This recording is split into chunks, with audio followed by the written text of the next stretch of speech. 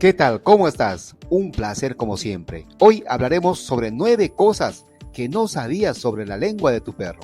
Vamos a comenzar.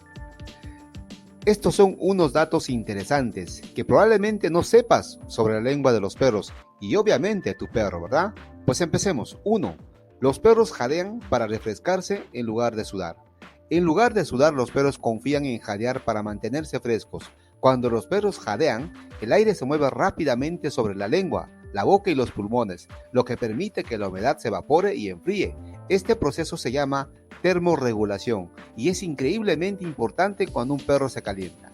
2. Los perros confían en el olfato sobre el gusto para decidir si quieren comer algo. Como nosotros, los perros pueden reconocer un sabor amargo, salado, dulce y agrio, pero como no tienen tantas papilas gustativas, usan su sentido del olfato mucho más que su sentido del gusto cuando deciden lamer o comer. Es probable que esta sea la razón por la que los perros disfrutan lamiendo áreas de nuestro cuerpo que tienden a tener sabores y olores fuertes, nuestra cara, oídos, pies y manos, etc. 3. La lengua de un perro suele estar caliente. Si tu perro tiene fiebre, ojo, su lengua puede sentirse aún más caliente, pero no cuentes con esto como una evaluación precisa de su temperatura corporal. Tomar la temperatura de un perro por vía oral no es confiable y según el perro no siempre es fácil o seguro. La forma más precisa de determinar la temperatura corporal de un perro es con un termómetro rectal. 4. No todos los perros tienen la lengua rosada. Una lengua rosada, húmeda, ababiante es normal y saludable para la mayoría de los perros, pero 2 razas de perros de origen chino, el Chow Chow y el Sharpei, tienen lengua azul o azul negruzca. Las mezclas de estas razas también pueden tener lenguas de color negro azulado o manchas de color negro azulado en la lengua. Si la lengua de tu perro es normalmente rosada, un cambio de color repentino puede indicar una emergencia médica. Una lengua de color rojo oscuro, violeta o azul podría ser un signo de insolación, exposición a toxinas, enfermedad cardíaca, pulmonar o descarga eléctrica. Una lengua de color rosa pálido o blanco podría ser un signo de anemia grave o hemorragia interna. Si notas estos cambios en la lengua de tu perro, llama a tu veterinario de inmediato. 5. Lamer cosas tiene un efecto calmante en los perros. Los estudios han demostrado que lamer libera endorfinas en el cerebro de un perro.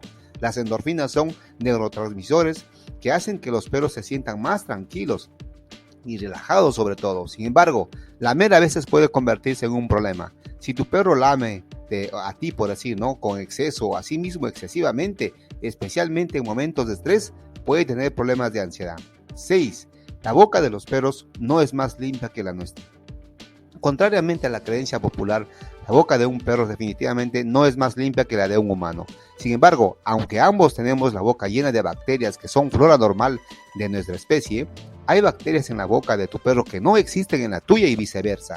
La mayoría de las bacterias de la boca de tu perro no causan que tú te enfermes.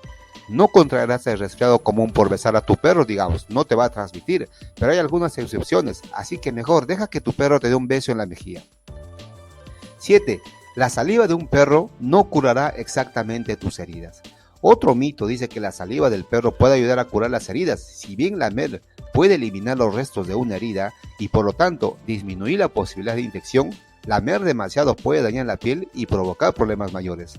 Pero existen proteínas en la saliva humana y canina, llamadas histatinas, que inhiben la infección.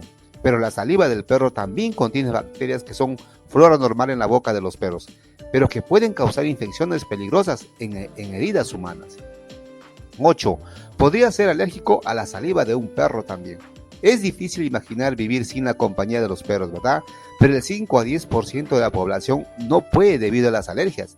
Si bien se asume que las personas con alergias a los perros reaccionan solo a la caspa de su piel, hay una parte de la población que en realidad es alérgica a la saliva canina.